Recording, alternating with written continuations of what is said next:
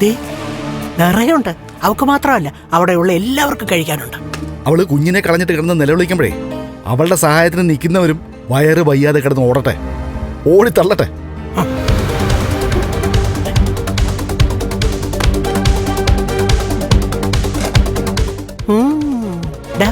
ഇവളുണ്ടല്ലോ ഈ പലഹാരം ഉണ്ടാക്കാൻ മിടുക്കിയ. കുമ്പിളപ്പം, ഇതിനകത്തെ ചില ചേരുവകളൊക്കെ ചേർക്കും. അതെനിക്കറിയാവുന്നല്ലേ, അവളുടെ വീട്ടിലെ അമ്മമാരവളെ പഠിപ്പിച്ചതാ. കല്യാണം കഴിഞ്ഞപ്പോൾ മുതൽ ഇടയ്ക്കിടയ്ക്ക് ഇവളെ എനിക്കിത് ഉണ്ടാക്കി തന്നതിന്റെ ഫലമാ ഞാൻ ഇങ്ങനെ. എല്ലാവർക്കും ഇത് വലിയ ഇഷ്ടമാണ്. നമ്മള് പരാതി പറയാതിരിക്കാൻ വേണ്ടി കുറച്ച് മാറ്റി വെച്ചിട്ടുണ്ട്. ഇതേ ഇവിടെയുള്ളവർക്ക് കഴിക്കാനാ.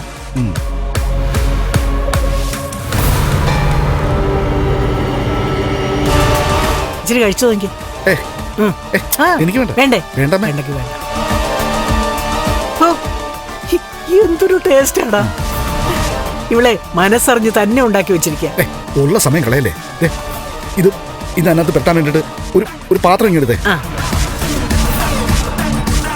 ഇത് മതിയോടാ. അതങ്ങോട്ട് വെക്കേ. ഞാൻ ഇങ്ങോട്ട് അവളിപ്പോഴാണ് ഇങ്ങോട്ട് വരുമെന്തോ. ഞാൻ പിടിക്കാം. കുമ്പളപ്പം ആയതുകൊണ്ടേ ഓരോന്നെടുത്ത് അതിനകത്ത് തേച്ച് വെച്ച് കൊടുക്കാം. ഇങ്ങോട്ട് പിടിച്ചേ, ഞാൻ സഹായിക്കാമേ.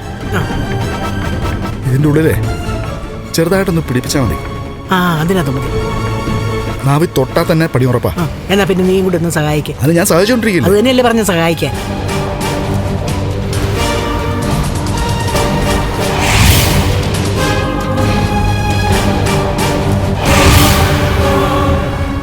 അതിൻ്റെ ഉള്ളിലൂടെ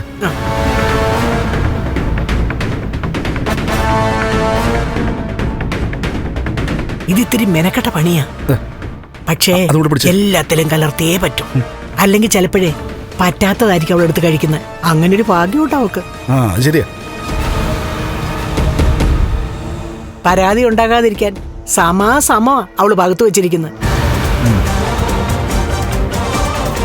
എല്ലാം കഴിഞ്ഞ ശേഷം അത് കവറിലാക്കി നീ നമ്മുടെ മോക്ക് കൊണ്ടുപോയി കൊടുക്കണം. അവളുടെ മോൾക്ക് ആസ്വദിച്ച് കഴിക്കാൻ ഉണ്ടാക്കി വെച്ചത് അവളുടെ മോളും അവളെ സ്നേഹിക്കുന്നവരും രുചിയോടെ കഴിക്കട്ടെ. നാളെ അവളുടെ കുഞ്ഞു പോകുന്ന ദിവസമല്ലേ, അത് അവരെ ഇങ്ങനെ ആഘോഷിക്കട്ടെ, ഇങ്ങനെ ആഘോഷിച്ചു കൊണ്ടാടട്ടെ.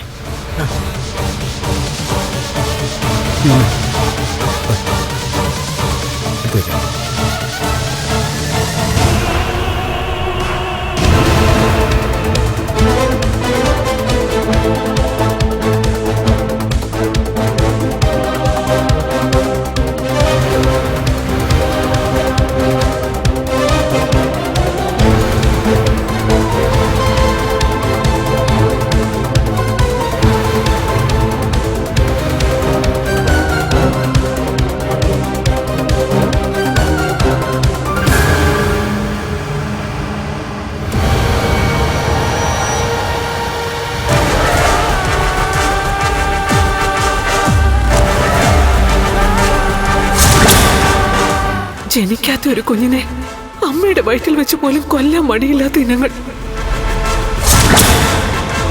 ഇങ്ങനെയൊരവസ്ഥയില് എന്റെ മോള് വീട് മാറി നിന്നത് എന്തുകൊണ്ട് നല്ലതാ.